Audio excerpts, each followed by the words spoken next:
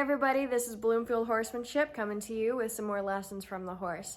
Today we're going to talk about a checklist that you can complete before sending your horse to training to set them up for success. So first thing would be to make sure that your horse is in proper body condition. Make sure that they're up to weight and healthy and ready to begin working in a program. Second would be get your horse's teeth checked and their vaccinations up to date. If your horse has hooks or ulcers in their mouth that is going to cause discomfort, having either a hackamore, halter, or a bit in the horse's mouth, that will really affect their level of training abilities and their ability to focus. So that's very important to make sure that their mouth is comfortable. Vaccinations are very important. You want to make sure that you're protecting your horse as well as everybody else's horse in training. So that's a responsibility on you to make sure that they're up to date on their vaccinations before sending them into training. Another thing is make sure that your horse's feet are done before sending them into training.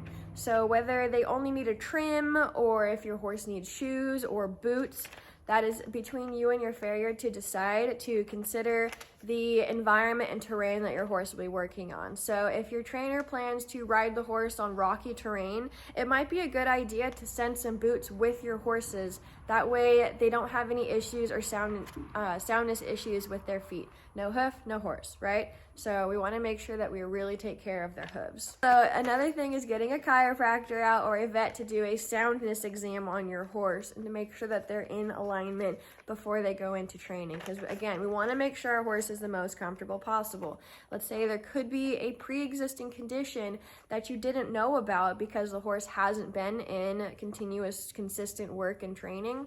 So if that is then irritated or flares up while being in training, that is not your trainer's problem or their fault. So with a pre-existing condition, it's good to know those things before sending your horse into training.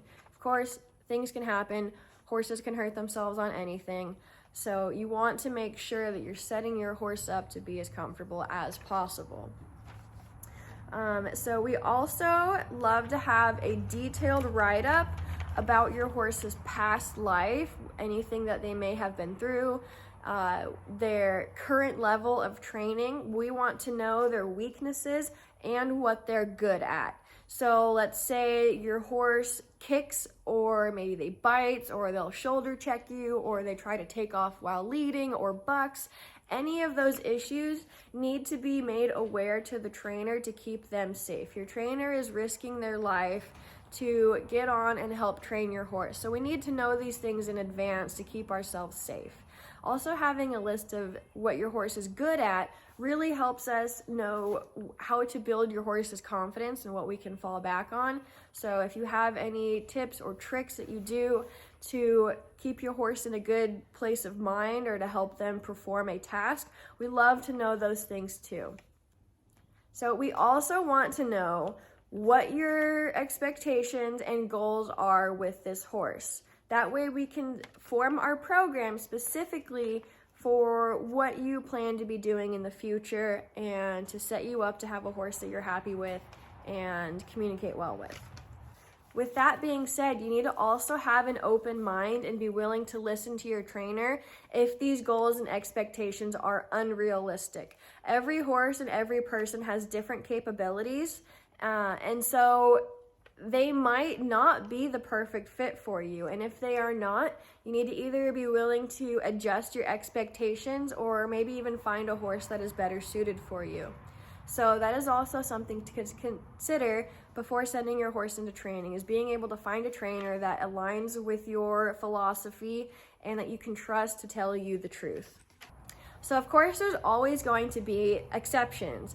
Say you have a wild Mustang and they're not up to weight and they haven't had their feet done, but they need to be gentled and taken care of. And that's just something that you need to discuss with your trainer to make sure that they are okay taking on. You need to be prepared to be sending extra feed and to be patient in the process of getting them gentled and getting those things taken care of. So that's just something to consider talking with your trainer about to make sure that they are willing to take on that project and that you are willing to help provide extra for that horse. So I hope this list was helpful for you to set your horse up for success when going into training. Thank you for watching.